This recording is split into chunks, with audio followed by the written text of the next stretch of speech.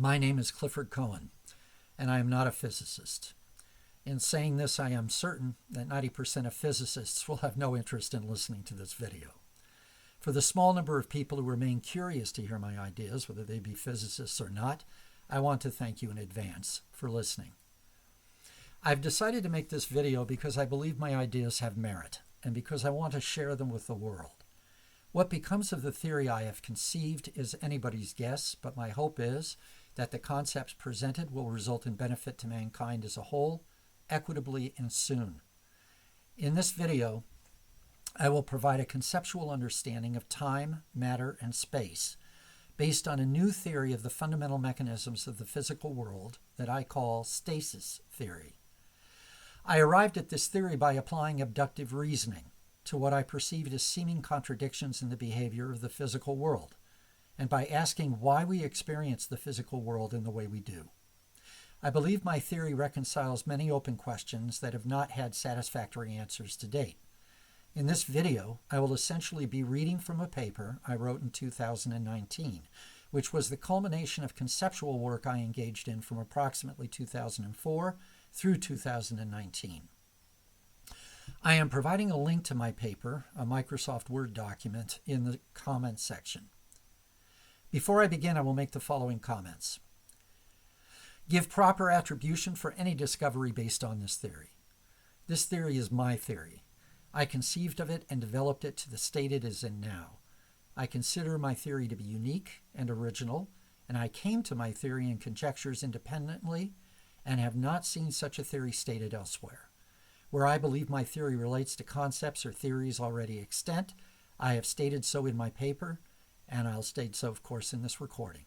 I am not benefiting financially from this theory, but I expect to be recognized for what I've done, as anyone else would. If someone else has promulgated this theory before me, prove it, and I will acknowledge your right to recognition for it.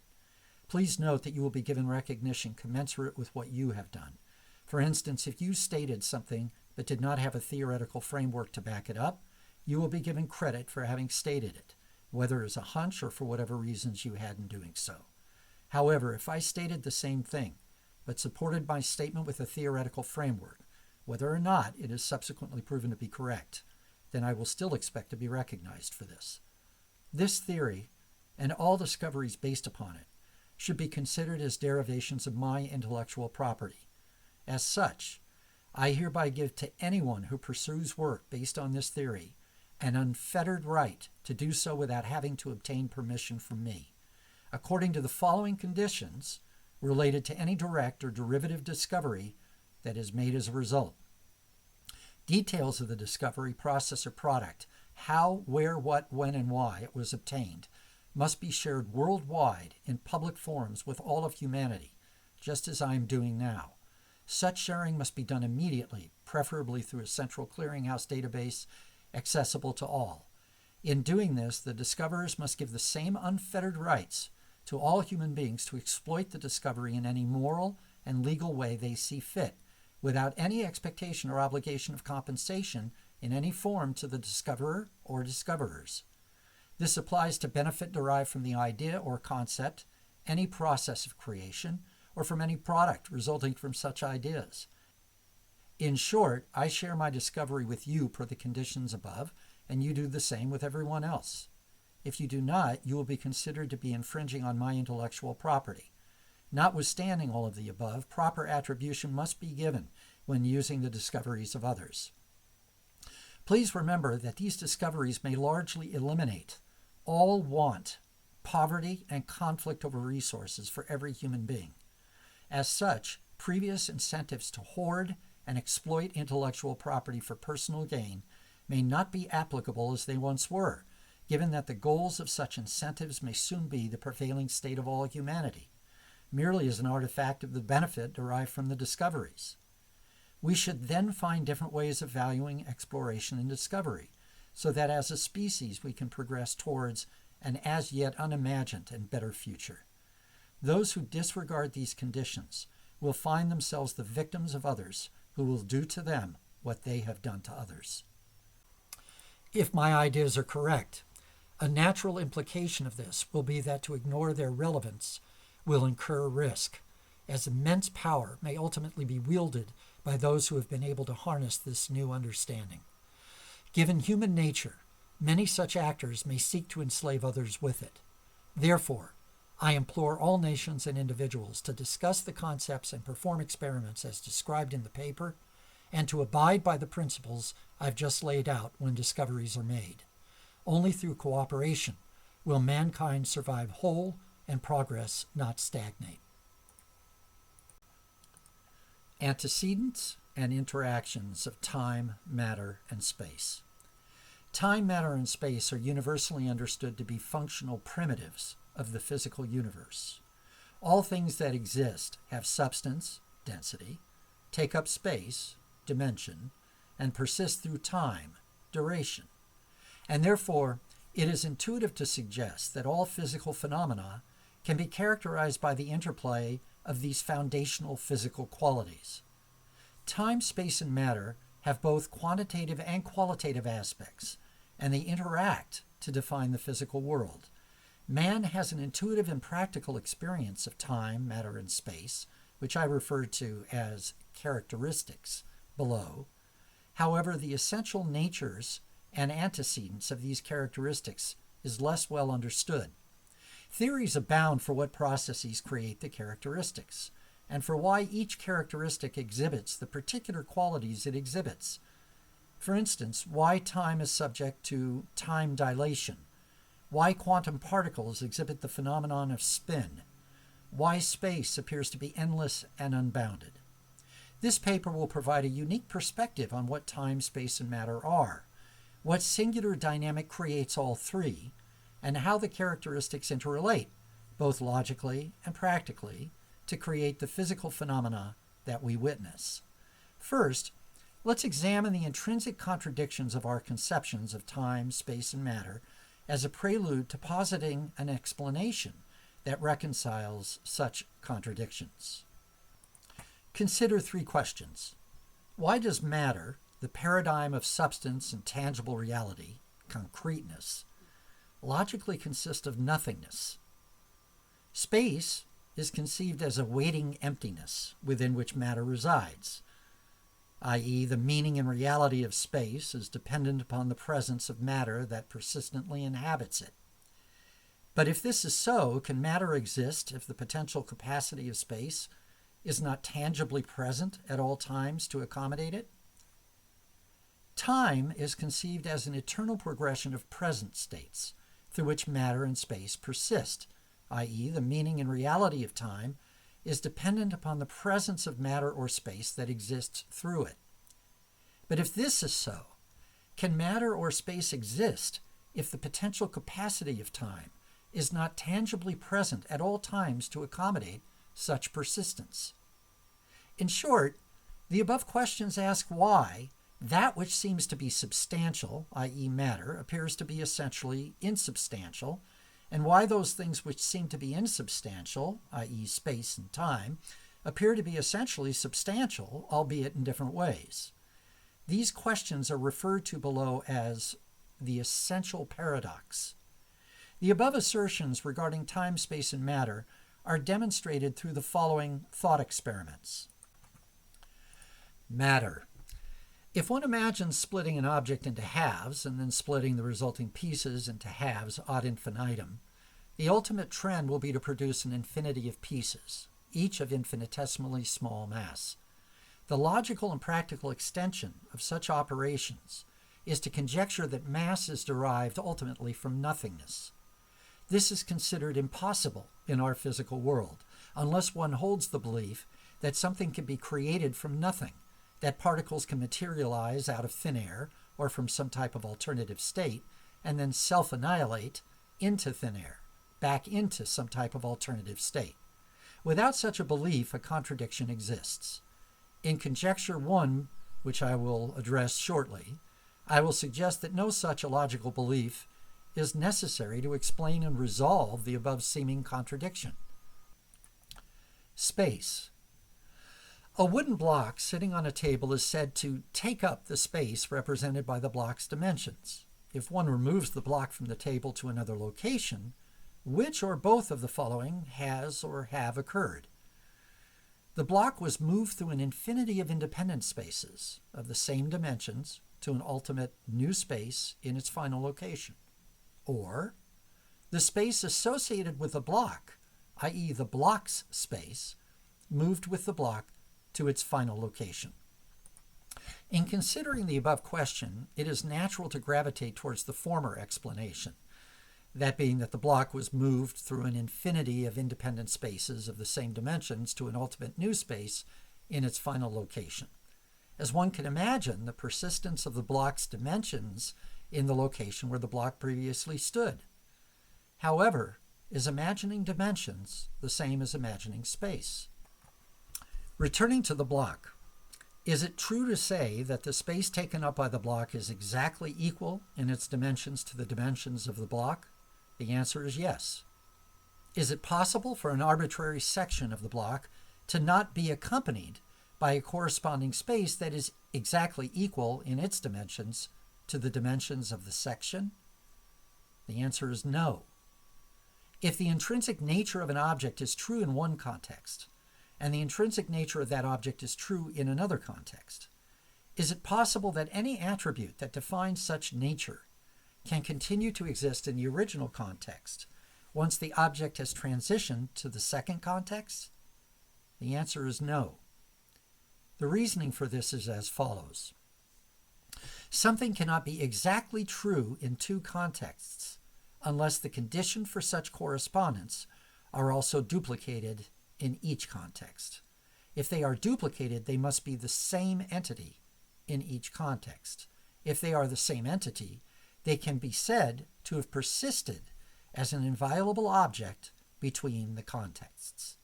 Thus, space does not need to be potentially present to accommodate matter. Rather, the matter asserts the space, and the two are inextricably linked. Relative to the example of the block, if it is possible that the infinitesimal spaces corresponding to the infinitesimal sections of the block when it resides at location A are the same as the infinitesimal spaces corresponding to the infinitesimal sections of the block when it resides at location B, the spaces must be an intrinsic characteristic of the block, and vice versa. It is not possible for the same spaces to be conceived as existing in such a manner without the matter, and therefore the general space of the block moves with the matter. Simply positing that the same theoretical dimensions might exist in another location is to posit potential and not actual existence. A discussion of space, irrespective of matter and time, is meaningless. In short, space cannot be dissected. It exists only as it is asserted. Therefore, space is not an independent entity that accommodates matter through time. Rather, it is an intrinsic partner of matter and time that both imparts reality to matter and time as it receives definition from them. Time. In the physical world, what can be said to exist? That which time can allow to exist. What can time allow to exist? Space and matter and time. These three things are all that fundamentally exist in the physical world. Thus, matter and space are dependent upon time, but conversely, time is dependent upon matter and space, for without them there would be nothing to persist through time. This begs the question of which is true. Does time enable or accommodate the persistence of matter and space, or do matter and space assert time through their innate ability to persist? So which comes first, the chicken or the egg? The answer is both and neither. That is, the mutual interdependence of time, space, and matter in the matter of their existences suggests that all are part of or a result of a more fundamental system or mechanism that is itself reliant on an antecedent necessary for its existence. That antecedent must be functionally primitive, such that it cannot be factorable further. More on this below. The system, mechanism, itself creates the characteristics and their qualities as necessary byproducts of its dynamic. This system mechanism is referred to below as the stasis. The stasis. A stasis is an internally stable system of photons of light and their associated waves, in which the photons and waves are held in equilibrium, i.e., they cannot escape the system, due to a balanced expression of energy in the system. The balancing effect is created by a perfect, coincident, countervailing of positive energy by negative energy, that is, positive energy phase shifted by 180 degrees, and vice versa, against all light in its particle and wave forms within the system. The stasis is created when the following events occur. Note, the below events describe a basic scenario for stasis creation that is expected to result in an entity with the dimensional geometry of a sphere. However, other geometries, potentially far more complex, may theoretically be possible, involving more or less than the noted number of photons interacting according to different vector relationships. Two photons, A and B, approach each other along the same planes in three-dimensional space. Please note that light energy does not exist in space as the term is commonly used. Such energy lacks substance and does not require space or time to exist. It exists outside of these characteristics. The term space is used here, along with conceptions of time, to help the listener visualize relative interactions of light energy as vectors in the existence concept that light energy inhabits and is persistent within. The movement of each photon in dimension x occurs in the same plane as the corresponding movement of the other photon in that dimension for all time points. And I'll say here that this is self-referential time that is artifactually coincident. There will be more discussion about that later. The movement of each photon in dimension y occurs in the same plane as the corresponding movement of the other photon in that dimension, which is the same plane of movement of the x dimension, for all time points. The movement of each photon in dimension z occurs in the same plane as the corresponding movement of the other photon in that dimension at any specific point in time. The relative direction of the resultant vectors of the photons in the x and y dimensions is exactly 60 degrees. Within the same time framework as photons A and B, two photons, C and D, approach each other along the same planes in three-dimensional space. The movement of each photon in dimension x occurs in the same plane as the corresponding movement of the other photon in that dimension for all time points. The movement of each photon in dimension y occurs in the same plane as the corresponding movement of the other photon in that dimension, which is the same plane of movement of the x dimension for all time points.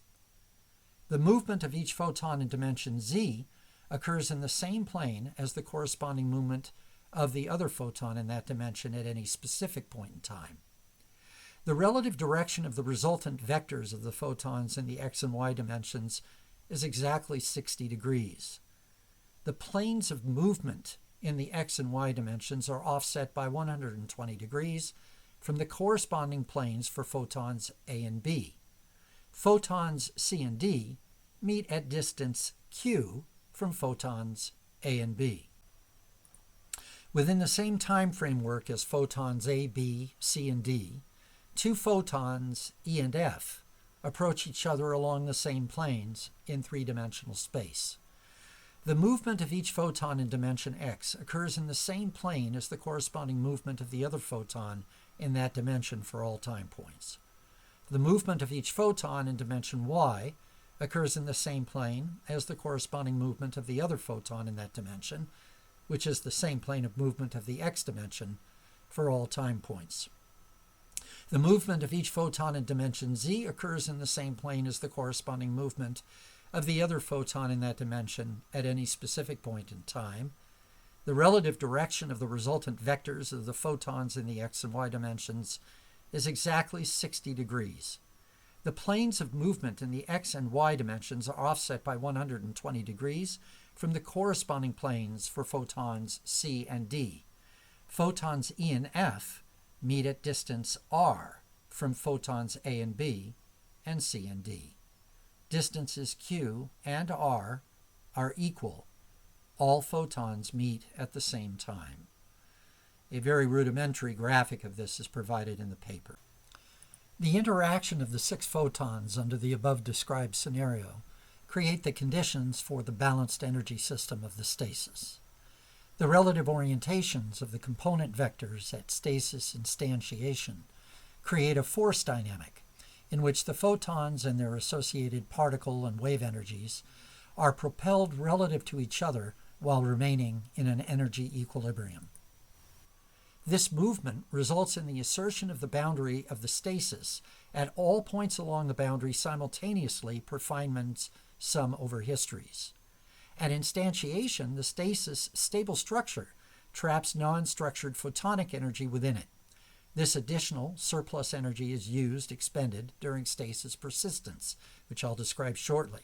The distance between the photons at the moment of stasis creation determines frequency of stasis iteration. The latent energy contained within the stasis determines the amplitude of stasis iteration. This combination of amplitude and frequency defines the quality of any mass asserted by the stasis and is referred to below as the stasis signature.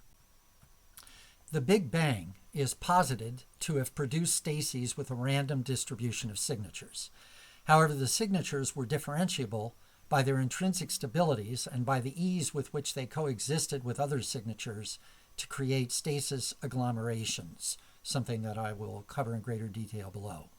Stability of a stasis signature is determined by whether the energy imparted to the stasis at creation is sufficient to maintain cohesion of the stasis when in the presence of surrounding forces through the life of its iterations. Affinity of stases is determined by the resonance of negative energy expression at the boundaries of the stases. The greater and more aligned the resonance, the greater the affinity. Due to the above factors, over time, a finite number of signatures, stasis agglomerations, survived. These are observable within our current scope of discovery as the table of elements, something that I'll return to in greater detail below. The signature of a stasis defines the intrinsic characteristics, space, time, and matter, asserted by the stasis. As such, the difference between gold and graphite is nothing more than a difference of signatures. An implication of the above is that it is theoretically possible to create either gold or graphite or any form of fundamental matter, including forms not currently known to humankind, simply by creating the conditions described for creating a stasis. This would involve aiming photons at each other as described above and watching what happens. Each assertion of the boundary, an iteration as described below, corresponds to a loss of energy within the stasis equal to exactly 1/2 of the energy in the system extent as of the instantiation of the assertion. This is the energy expended during the assertion of the stasis. This creates a deficit of energy at the boundary equal to 1/2 of the energy in the system. This deficit attracts energy from outside the boundary, which is then used to fuel subsequent iterations of the stasis. The deficit is the definition of negative energy, insofar as it creates an energy vacuum that attracts energy. The above scavenging of energy is not 100% efficient, however.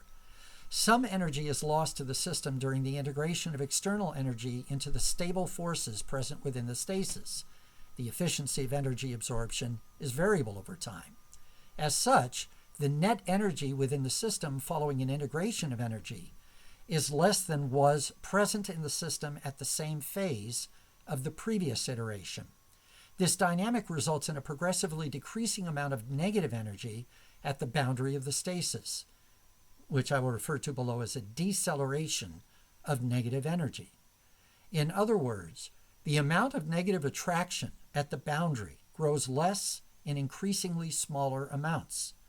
Energy that is attracted to the system through iterations of the stasis continues to be attracted to the system, but with each iteration, the force of attraction decreases by a constant amount relative to the previous iteration.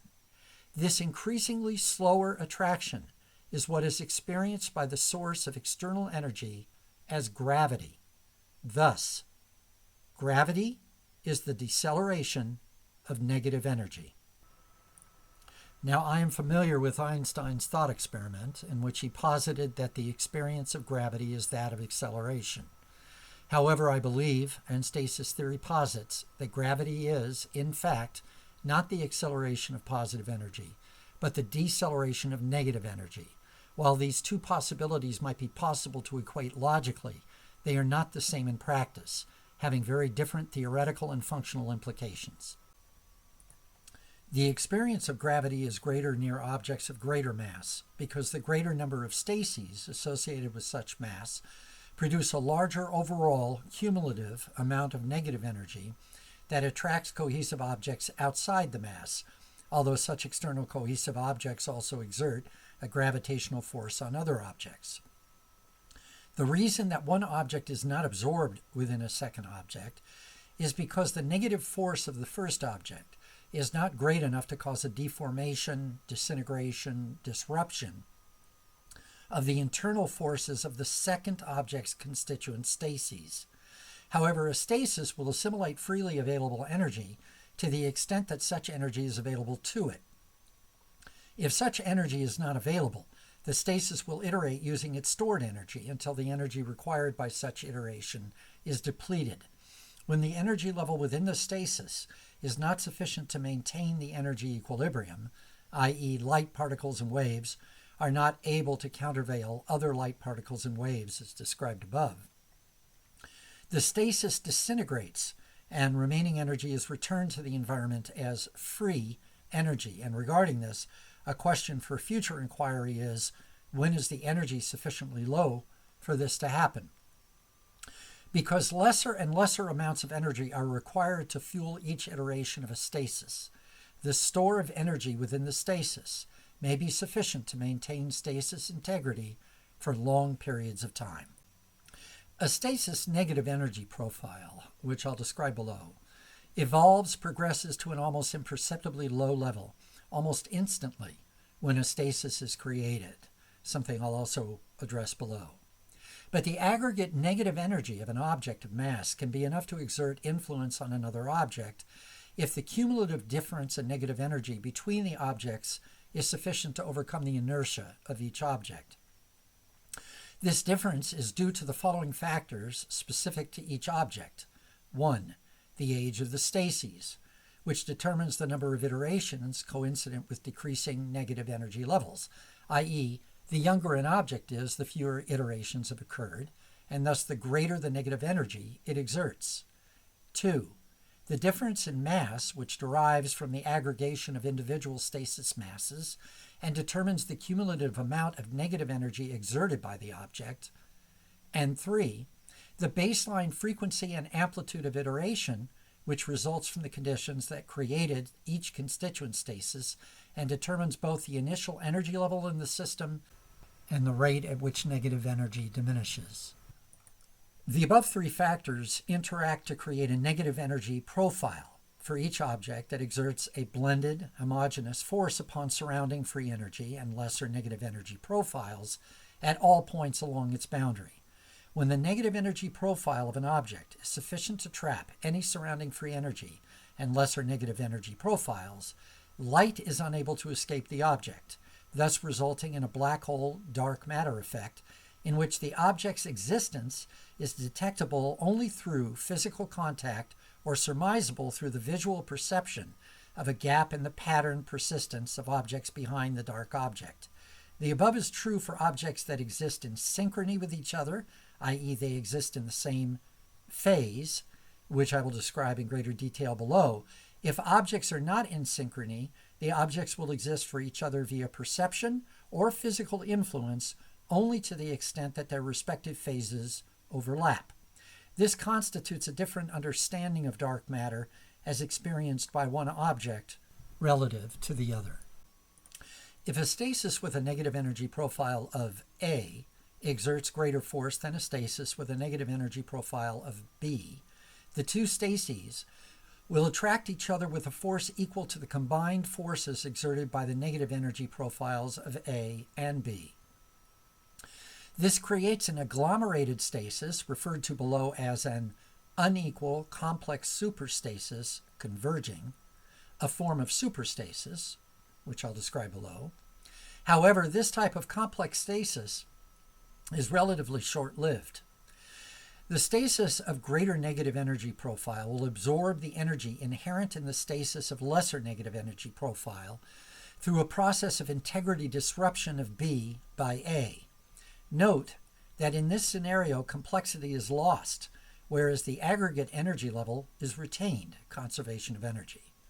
If the negative energy profile of A is not sufficient to cause a deformation, disintegration, disruption of the internal forces of B, the two stases will coexist as an unequal complex superstasis, non-converging.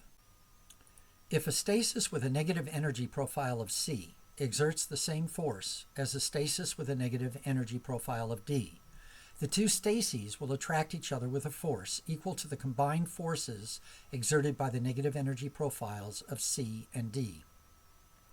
This creates an agglomerated stasis referred to below as an equal complex superstasis, a form of superstasis which I'll describe in greater detail below. This type of complex stasis is stable and persistent in its complex configuration, as each stasis exerts an equal and opposite force on the other stasis at the domain of contact of the two stases, which I refer to as the touch point below. A single stasis, and each unique configuration of a complex stasis, unequal or equal, represents a quantum granularity, something that I refer to as a superstasis below. Each superstasis will have a unique negative energy profile and will interact with other superstases according to the same process as described for stases A, B, C, and D above. All superstases have a mass that is the aggregated mass of its constituent stases, a spatial dimension that is the aggregated dimension of its constituent stases, and a particular rate of persistence consistent with the energy transfer within the system as described in conjecture 1, which I will get to shortly. Two superstases will only combine when 1. The combined forces of their negative energy profiles at the domain of force interaction is greater than the inertial forces of the superstases as determined by their masses in such domain. And 2, as stated above, the negative force of one superstasis is sufficient to cause a deformation, disintegration, disruption of the internal forces of the other superstasis. Thus, the probability of superstasis combination integration is dependent upon the variables of force domain, attractive force within that domain, countervailing inertial force within that domain, and the degree of negative force exerted by one superstasis on the other superstasis, such that one can disrupt the integrity of the other. A superstasis grows in complexity in a manner that is unique to the interactions of its constituent superstases. Every superstasis may be comprised of any or all of the following: superstases that are in an unequal complex superstasis converging relationship, superstases that are in an unequal complex superstasis non-converging relationship, and superstases that are in an equal complex relationship. The internal configuration of the superstasis at the highest quantum granularity and each constituent superstasis may involve any number of substases, each in any possible relationship to each other. As noted earlier, superstases that are comprised of stases that are in predominantly equal complex relationships are more stable than those that are comprised of stases that are in predominantly unequal complex relationships. Over time, the more stable agglomerations exhibit a kind of evolutionary advantage over less stable agglomerations, the former growing larger and persisting longer than the latter. Over even more time, depending upon their internal configurations, those agglomerations that are more perfectly stable, i.e., are comprised of stases that are in predominantly equal complex relationships due to having the same or similar profiles, exhibit an advantage over agglomerations that are less perfectly stable. The above process selects for a preponderance of uniform superstacies in the universe, and explains why there are so few primary elements. An implication of this is that any change in conditions preceding the Big Bang would have resulted in an entirely different set of primary elements. It also provides a basis for understanding consistencies and similarities in subatomic particles detected following collision of matter in a particle accelerator, something that I'll speak more to later on. Please note that while the aggregate attractive force between unequal complex stases can be the same at any given point in time as that between equal complex stases, as energy is depleted through iterations of the stases, the force dynamic between unequal complex stases changes, thus increasing the overall likelihood of integrity disruption of one of the stases by the other. Integrity disruption is the essence of instability, insofar as it changes the overall profile of the larger system. If the system is in an unequal complex relationship with another system, the probability of integrity disruption increases relative to the larger system as described above. While stases in an equal complex relationship can be in an unequal complex relationship with another superstasis or stases, and integrity disruption can occur within the larger system, over time, such integrations will normalize, and systems will skew towards relationships in which stases profiles degrade consistently relative to each other, a characteristic of stases in equal complex relationships that exhibit the same or similar profile decay rates. For the simple reason that such arrangements persist longer and therefore offer more opportunity for the stases to absorb available energy in the environment, which extends persistence and decreases the probability of absorption by other stases. At any point, persistent stases may agglomerate with other stases in an equal or unequal complex relationship, or be absorbed by other stases. This agglomeration will be subject to the same process of normalization described above. Thus, as the superstasis persists, it will evolve internally towards uniformity of profile of its constituent stases, which will ultimately define the profile of the superstasis. The process of agglomeration of stases will continue as long as the environmental conditions for such agglomeration are present, i.e., there are other stases present within the domain of influence of the respective profiles of the stases. In these conditions, stases will grow in complexity in different configurations. Stases will attach at different touch points relative to each other, but at each touch point, the dynamic described above will apply. As the stasis becomes more complex, there will be an increase in the ambient negative energy signature. This increases the attractive force of the complex stasis on other stases, simple or complex, in the environment. The profile is a negative energy field with no intrinsic substance. Its only influence on the environment is to attract other energy. As such, it does not interfere with or moderate either the quantitative or qualitative characteristics of the agglomeration process as described above.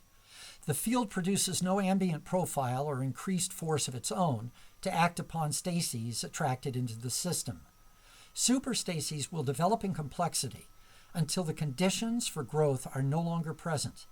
If this status continues, the superstasis will persist until it deteriorates into free energy.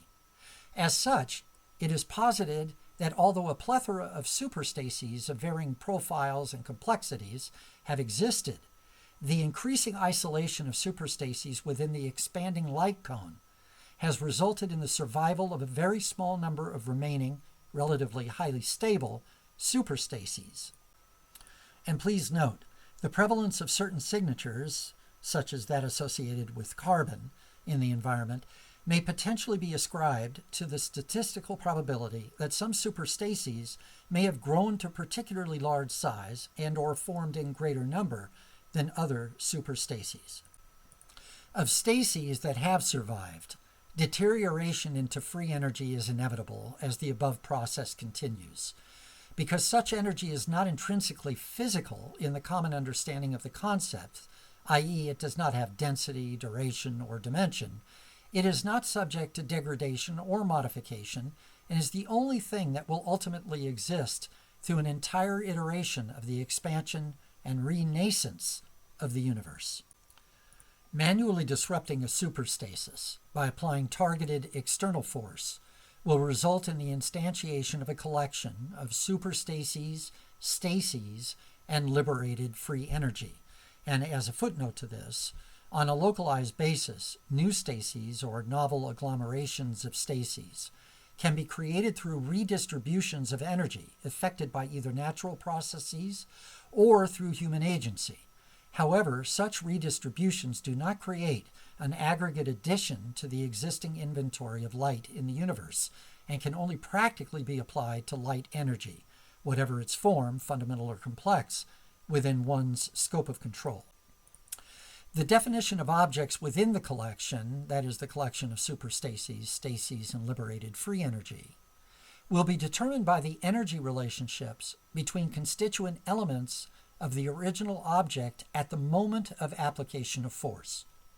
The moment of application of force is defined as the collection of phase assertions that occur per the rate of persistence of each object when interacting with the force itself.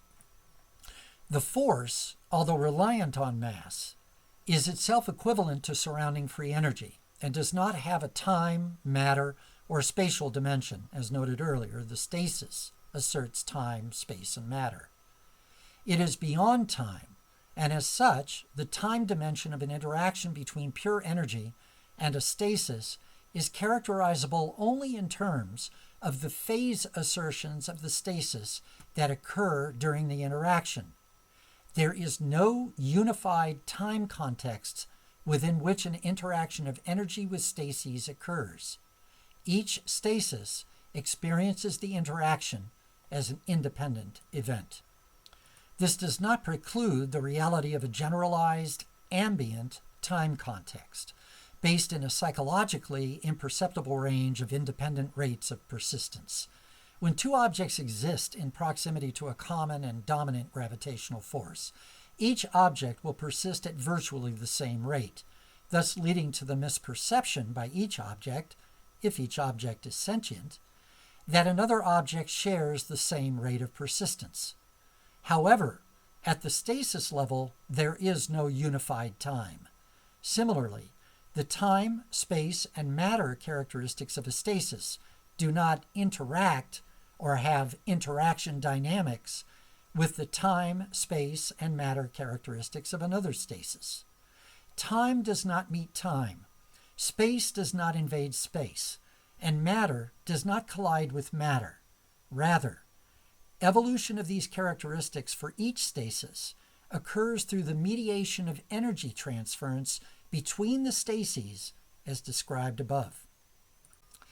Given the complexity of stasis agglomerations as described above, it would seem unlikely that a consistent set of behaviors and physical characteristics would emerge from repeatedly colliding stases and examining and comparing the resulting subgranularities with those of earlier collisions.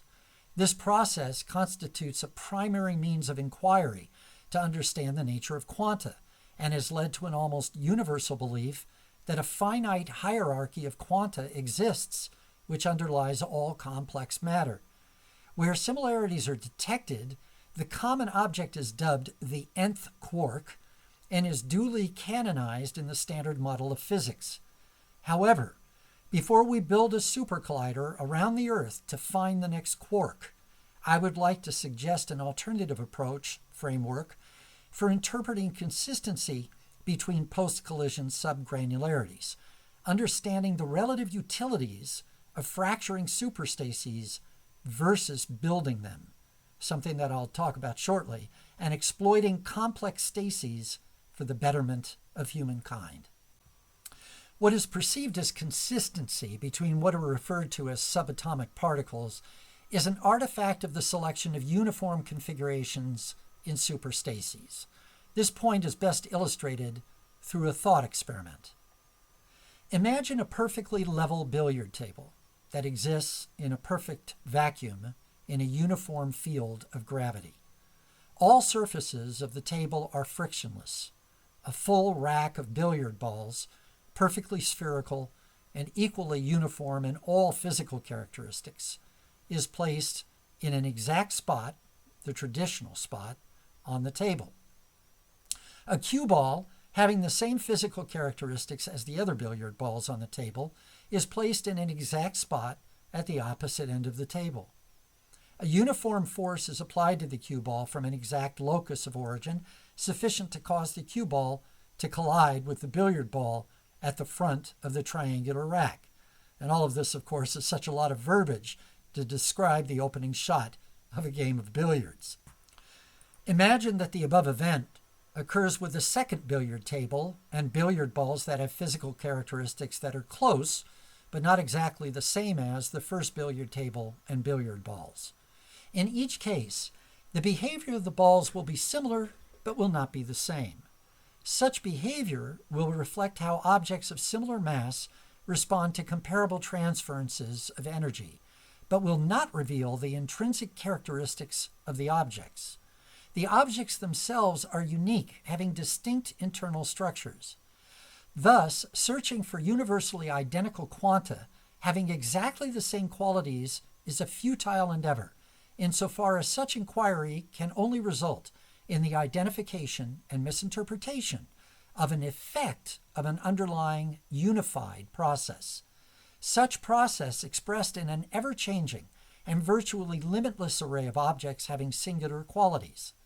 Understanding the secrets of the universe will not be realized through the search for uniformity, but rather through the application of universal rules to realize the inherent potential effects of such rules.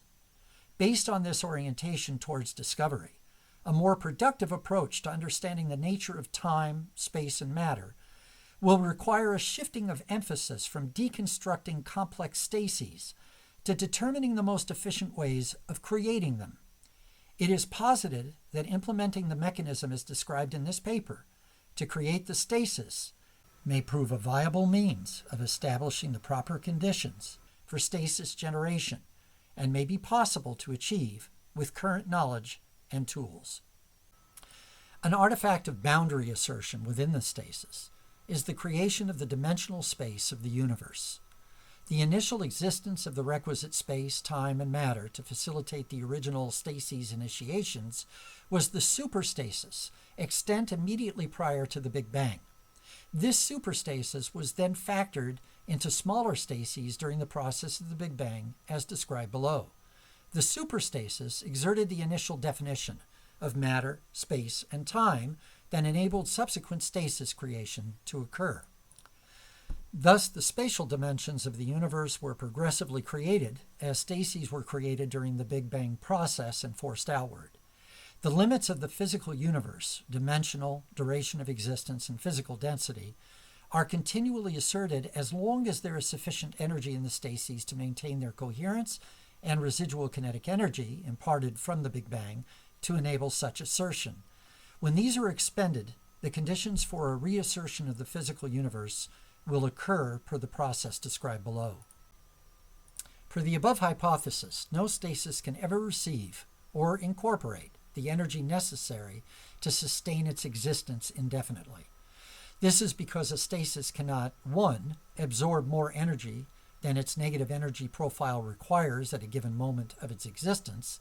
To absorb or be compelled to absorb more energy would change the essential nature of the stasis, transmuting it into another form of energy, which would then be subject to the same process of energy depletion, degradation, applicable to all objects in the universe. And secondly, a stasis cannot integrate the entire amount of energy, even if such energy is fully available, necessary to fully replenish its energy signature due to the inefficiency of energy absorption. Given the unique and exacting conditions necessary to create a stasis, the probability of such conditions existing outside of the Big Bang, when statistically photonic interactions as described would have a greater potential to occur, are posited to be very small.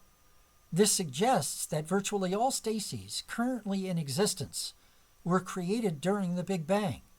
As noted above, because new stases are not being created, and due to the intrinsic nature of the mechanism of the stasis itself, all space, time, matter, is, from a holistic perspective, in an active process of general decay into fundamental light particle wave energy.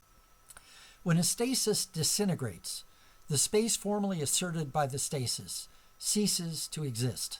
In such manner, as the disintegration of stases progresses throughout the universe, dimensionality, substance, and time progressively cease to exist until the universe no longer exists in a physical sense. All light particle wave energy persists in a reality that is incomprehensible to the human mind. However, the complete collapsing of all energy into a singular reality creates the interactive conditions that enable the formation of stases. Such formation creates the space, time, and matter that enable the release of the latent store of all energy into the reality we recognize. Thus, the Big Bang described is more of a state transition, mediated by the dynamic of stasis creation that occurs under the condition of no time, no space, and no matter that follows the disintegration of stases. Similarly, the universe does not contract or collapse into a singularity, following a retrograde process of protracted consolidation that initiates once a point of maximum expansion of the light cone is reached. Rather, the condition of no time, no space, and no matter develops progressively as stasis disintegration removes the mechanism by which time, space, and matter is defined and reified. The dynamics of light particle wave energy result in the establishment of two generalized symbiotic states, in which each state creates the conditions that enable the transition to and the existence of the other.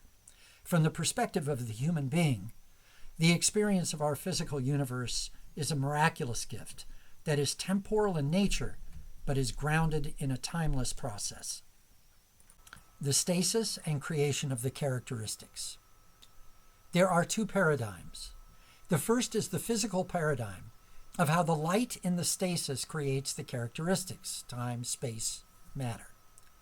This is explained through the following. Mass, density, matter, is the result of light energy lost at the boundaries, spatial limits, of the virtual box of the stasis when and where the light is pulled back, constrained, by the countervailing forces of light energy within the stasis. Essentially, the effect of the equilibrium of light motion as constrained is like that of light hitting the sides of a box, which creates mass.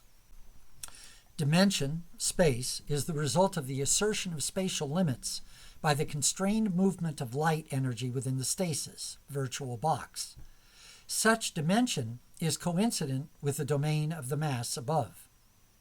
Duration, time, is the result of the consistent reassertion of the stasis due to the stable dynamic of internal light particle, light wave interaction.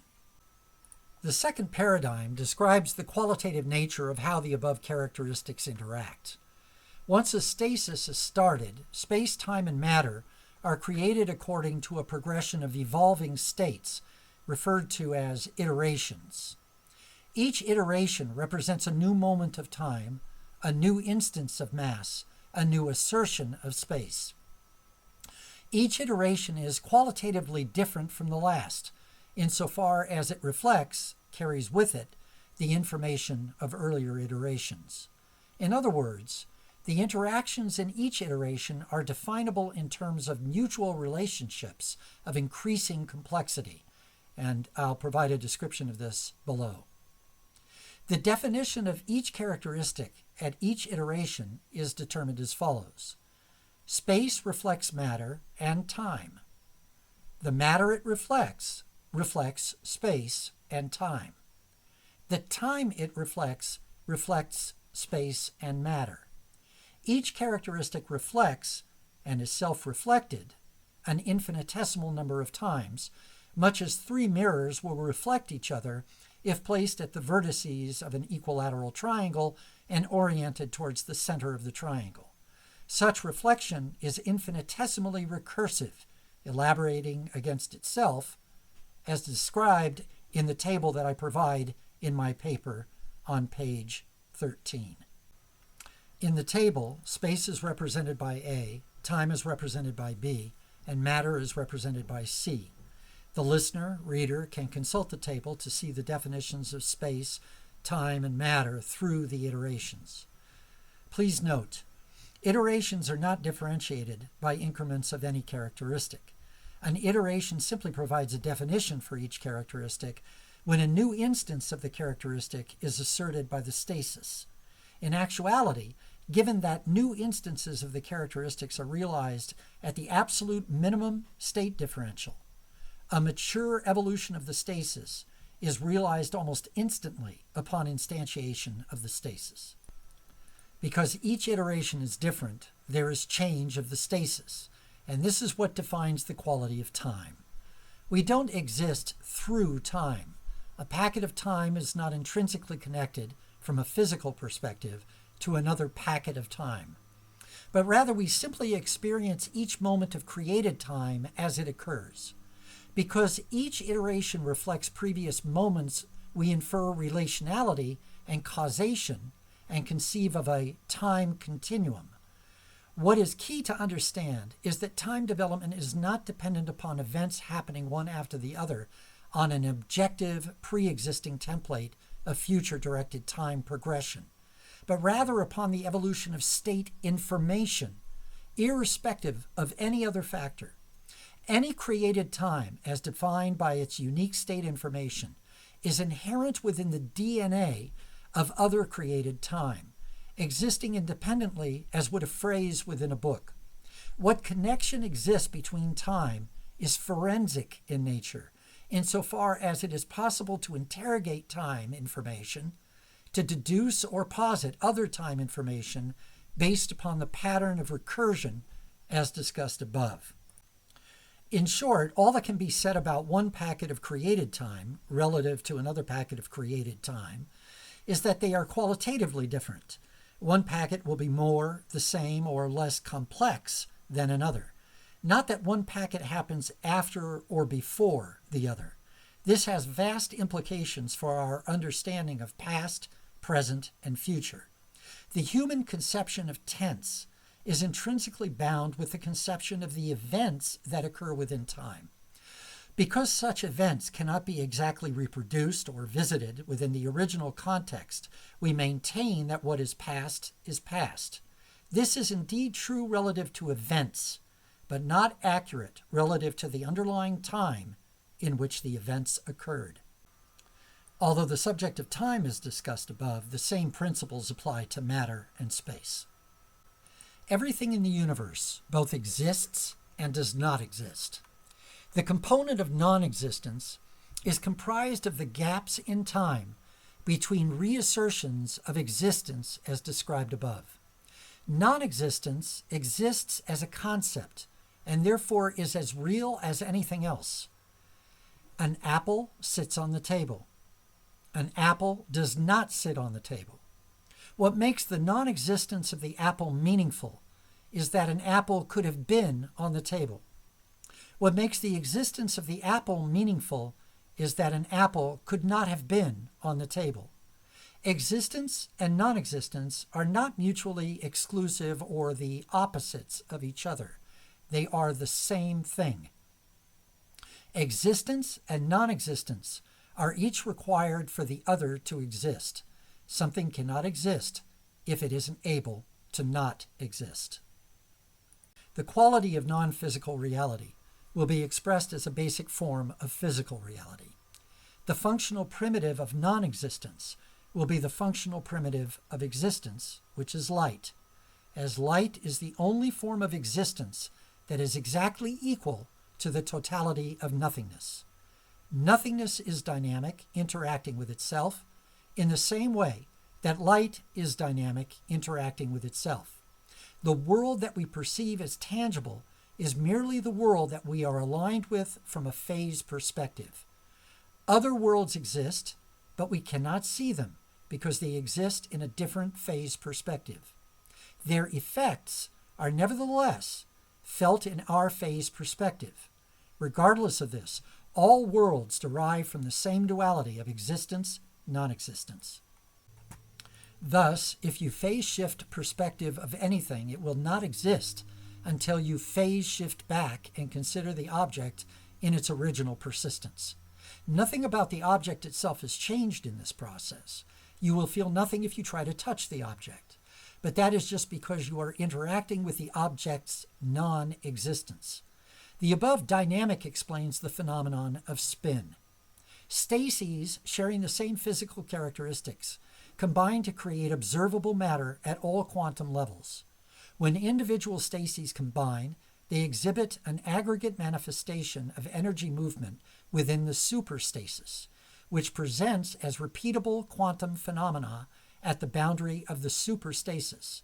Such movement will follow a pattern that is unique to the superstasis and results from the interaction of constituent stases having unique energy phases. Conjecture 1. With the above information described, we return to the essential paradox noted at the beginning of this paper.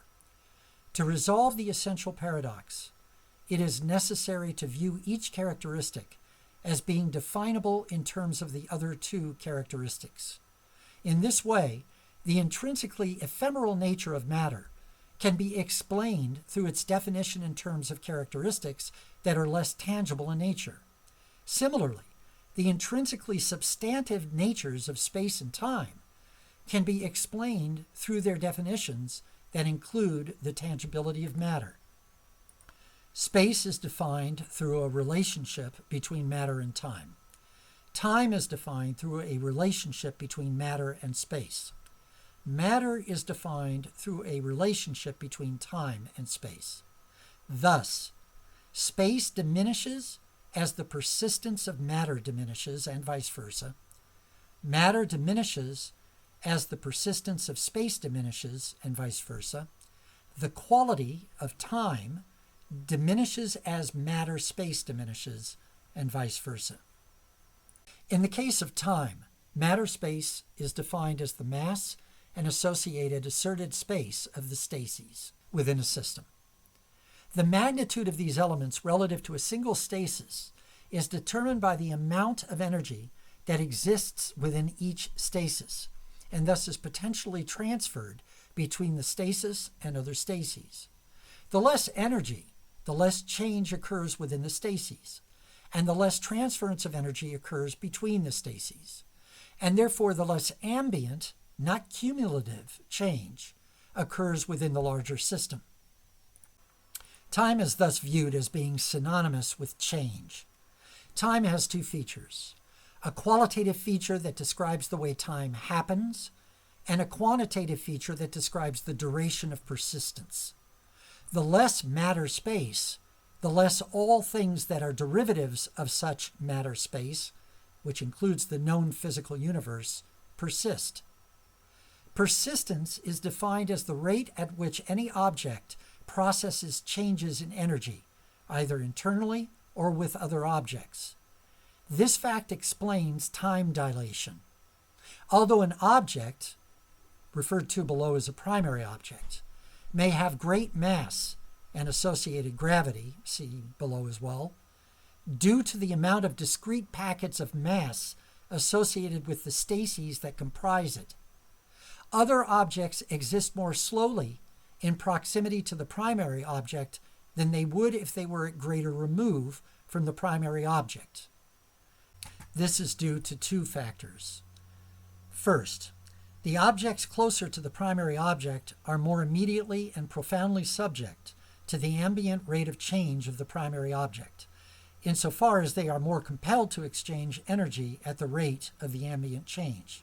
And second, the ambient change of the primary object is less due to the profile of the factors that are comorbid with the overall energy state of the stases. These include the age, frequency, and amplitude of the stases. Thus, an implication of the above is that it is not mass per se that specifically determines the quality of time, but rather the fact that agglomerations of mass in our universe, sufficient to influence energy transference in a system, are associated with comorbid factors that correspond with lower energy states at the stasis level. This means that two objects of equal mass, but of different stasis definition, will exert different time dilation on the systems in which they are evaluated. Time dilation in any system results from the interaction of all objects within the system and therefore is quite complex. Variations in such dilation are generally not measurable as they pertain to objects in close proximity to each other. However, they are measurable when comparing objects that are not in such immediate proximity. At remove from the primary object, the rate of change of another object becomes more self-referential to the specific ambient rate of change of the object itself. As this rate of change is more likely to be greater than that extent near the primary object, time passes more quickly for that object. This is why a clock will run faster when situated 100 miles from the Earth's surface than when situated on the Earth's surface. A key implication of the above explanation is that it is not the distance from the locus of gravity that determines the quality of time, and thus the rate at which an object exists, but rather the intrinsic energy states of the stases that comprise the object being evaluated. Greater gravity is typically coincident with lower energy states at the stasis level, and this is why the two phenomena of slower time and larger gravity are conflated inappropriately. A way of thinking about time is that it finds its genesis in one of three distinct modes of change: distributive change. Distributive change is change resulting from the redistribution of matter and associated asserted space in response to the movement of energy within a frame of reference. Because time is the artifact of such redistribution, it is not instantiated in the same time reference as the redistribution event, and I'll talk about time reference momentarily.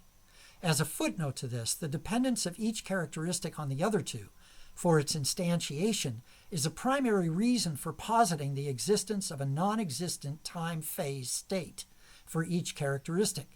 Light wave, particle energy, exists outside of time and therefore does not have a non-existent state. Time itself exists within its own time reference, a key characteristic shared with matter and space that enables all stasis-based objects to exist in multi-referential time. Objects that exist in multi-referential time experience an integrated sense of time that facilitates interaction with virtually all other stasis-based objects. A time reference has both a qualitative dimension and a quantitative dimension, and is comprised of both the existent and non-existent phases of an object. And as a footnote to this, time stops at a temperature of absolute zero, because there is no change at this temperature.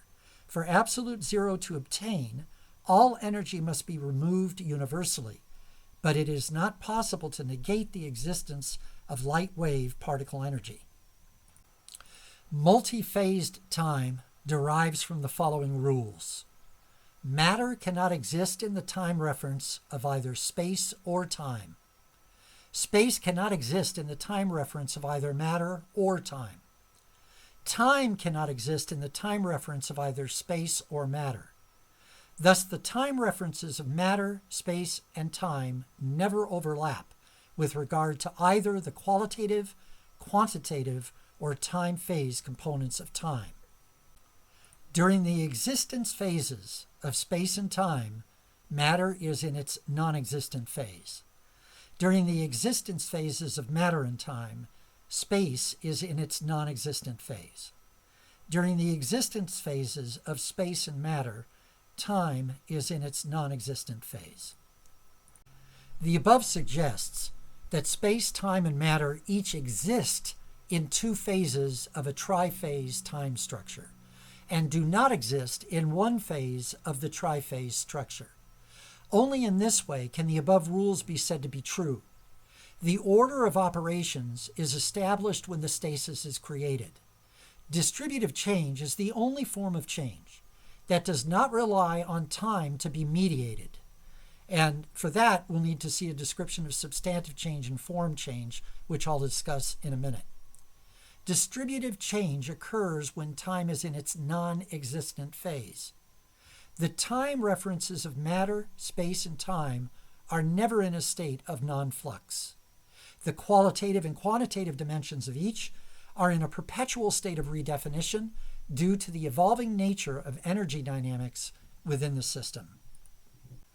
The total range of possible time references defines the time context, a super time reference encompassing all possible time phases that can be said to represent all time. Due to the perpetual flux of the time references of the characteristics of a stasis, the limits of the time context are realized continually, and therefore the stasis effectively exists in all time. And as a footnote to that, because all time cannot be static due to the evolving process of its realization, the perpetually changing quality of all time is another way of characterizing the unified concept of the fungibility of time. This generalized mode of existence allows overlap with the modes of other stases, thus enabling interaction with those stases, something that would not be possible if two systems could exist in diametrically opposing time phases. And as a footnote to that, this would only be possible if, 1, each system existed in a dual phase structure and the time phases of all constituent objects were phase aligned, and 2, the systems existed in diametrically opposing time phases. The above can be conceived via the following analogy. Imagine a dark room with a dark wall with an undetermined number of points from which light can originate. All points are situated adjacent to each other, and there are no gaps in space between the points. The illumination of a single point of light represents a time reference, moment of existence, associated with one of the characteristics. The location of a single point of light denotes a unique definition of a time reference. In infinitesimally fast precession, two lights corresponding to two characteristics, one of which represents the first existent phase of characteristic A, the other of which represents the second existent phase of the characteristic B, are activated simultaneously at random locations on the wall. The light corresponding to characteristic C in its non-existent phase does not activate. Another two lights then activate simultaneously at random locations on the wall, one of which represents the second existent phase of characteristic A, the other of which represents the first existent phase of characteristic C. The light corresponding to characteristic B in its non-existent phase does not activate. Another two lights then activate simultaneously at random locations on the wall, one of which represents the second existent phase of characteristic C, the other of which represents the first existent phase of characteristic B. The light corresponding to characteristic A in its non-existent phase does not activate. As the process repeats, the wall will appear, i.e., effectively exist, as fully illuminated all of the time. This is multi-referential time. In the case of space, matter-time is defined as the persistence, i.e., active existence, of mass within a system. As noted above, persistence is defined as the rate at which any object processes changes in energy, either internally or with other objects. Thus, the two qualities that define space are the mass due to the amount of energy in the system, the positive value of the aggregated stasis profiles within the system, and the ambient degree of change, energy processed within and between the stases within the system. When these two factors degrade, the very meaning of space degrades with them. In this sense, although dimensionality may not change, the essential quality of space is constantly changing as a system evolves. The dimensionality of space is therefore an artifact and not an intrinsic characteristic of space. As a footnote to that, in similar fashion, weight is an artifact of matter and duration is an artifact of time.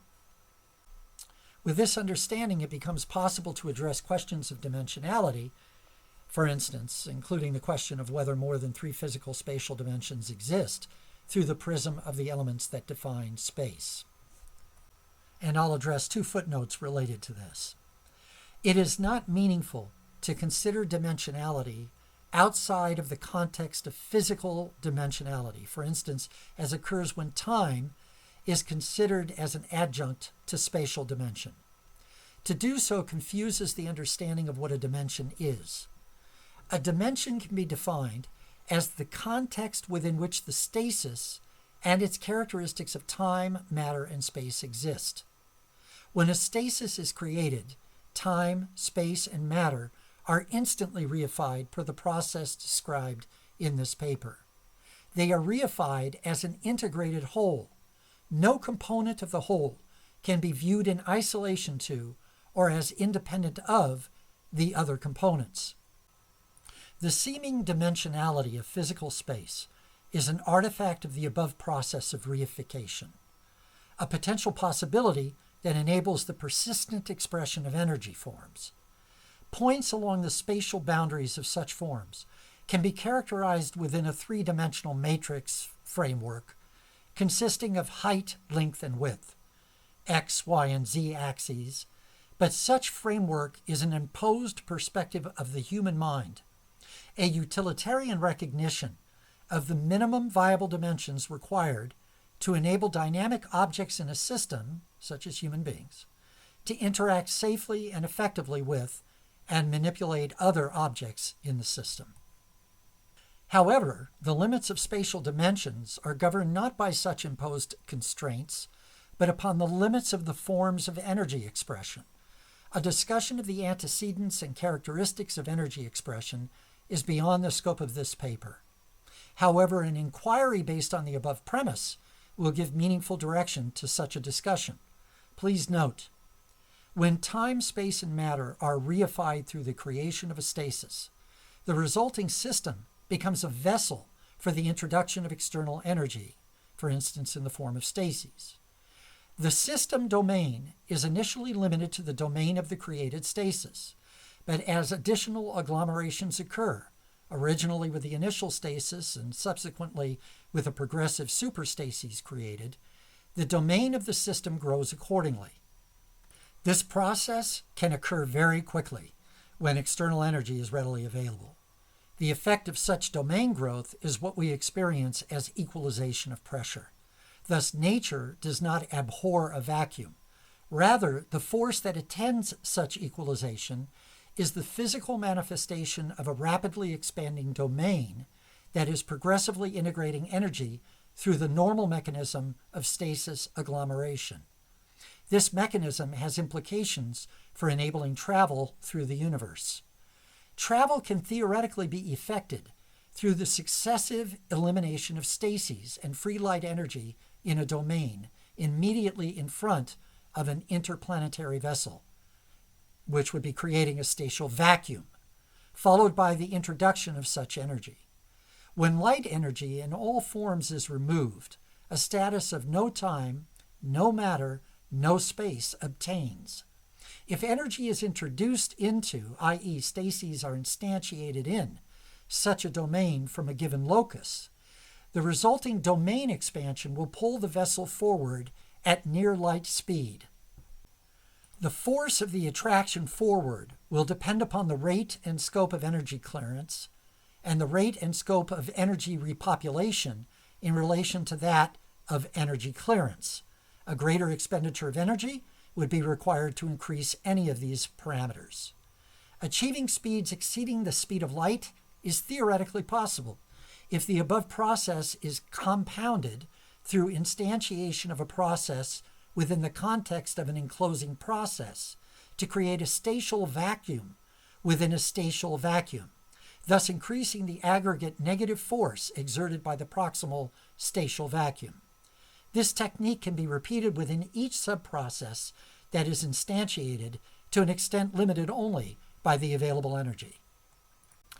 Another footnote I would like to add is that the meaning of space, as described, precludes a view of space existing outside of or beyond our universe.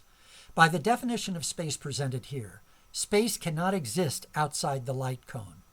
This is due to the dependence of space on matter and time for its existence within the context of the stasis. Thus, although the human mind can conceive of the possibility of encompassing any object within another object, as we do when we imagine endless space, such conception is entirely theoretical in nature and is inapplicable to a discussion of the dimensionality of the universe, as the assumptions pertaining to space within the light cone are distinct from those that apply outside the light cone. The age-old conundrum of how space can be endless is answered simply. Space itself does not exist outside the light cone. A way of thinking about space is that it finds its genesis in the second of three distinct modes of change: substantive change.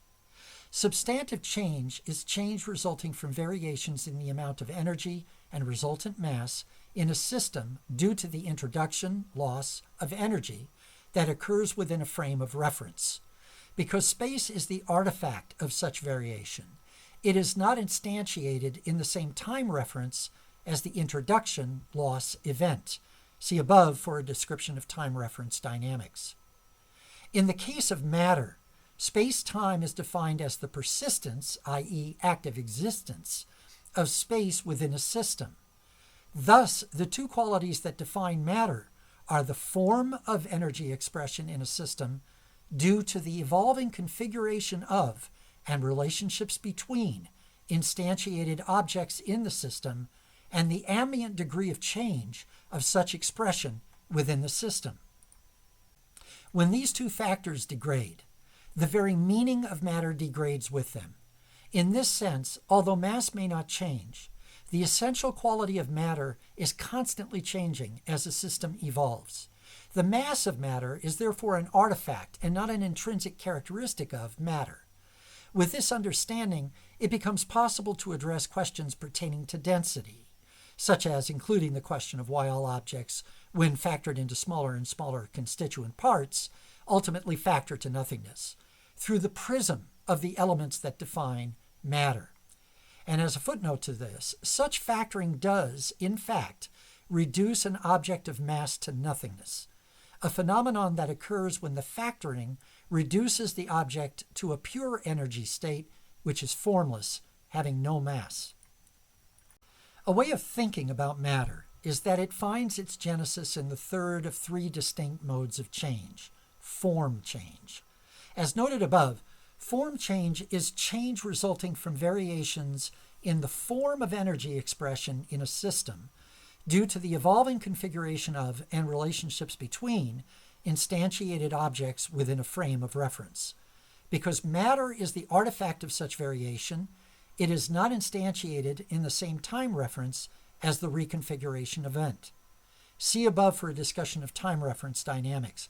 And as a footnote to this, a way of viewing distributive, substantive, and form change is to consider the physical elements of sound.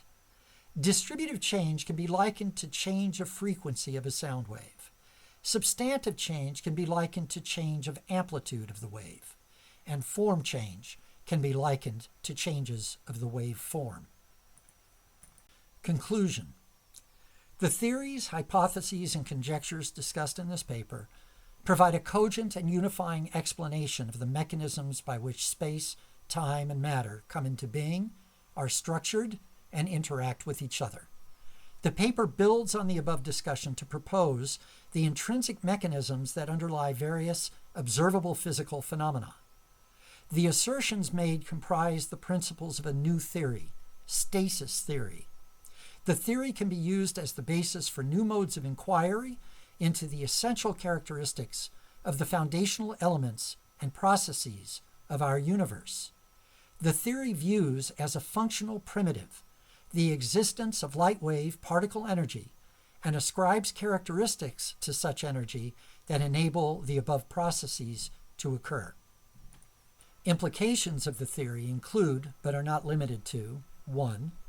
By using the techniques described in this paper, i.e. by orienting directed and controlled photonic energy streams to enable interaction of light with light, to invoke the balanced and persistent energy system that is the stasis.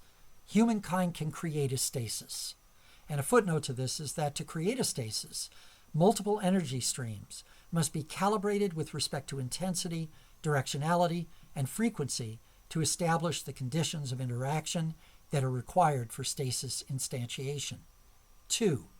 By varying the parameters of the above process within the constraints outlined for the process, for instance, at the point of interaction of all light streams, all photons must be equal in intensity and frequency, humankind can theoretically create an infinitesimal array of matter forms. And 3. By developing techniques to influence the definition of matter persistence, space persistence, and space-matter distribution, humankind can influence the definition of space, matter, and time, respectively, on a localized basis.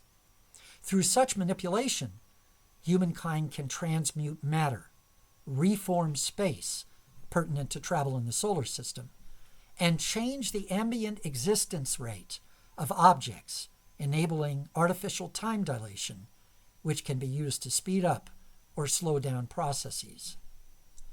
It is hoped that the ideas presented in this paper will stimulate discussion and inquiry that will either prove or disprove the assertions made.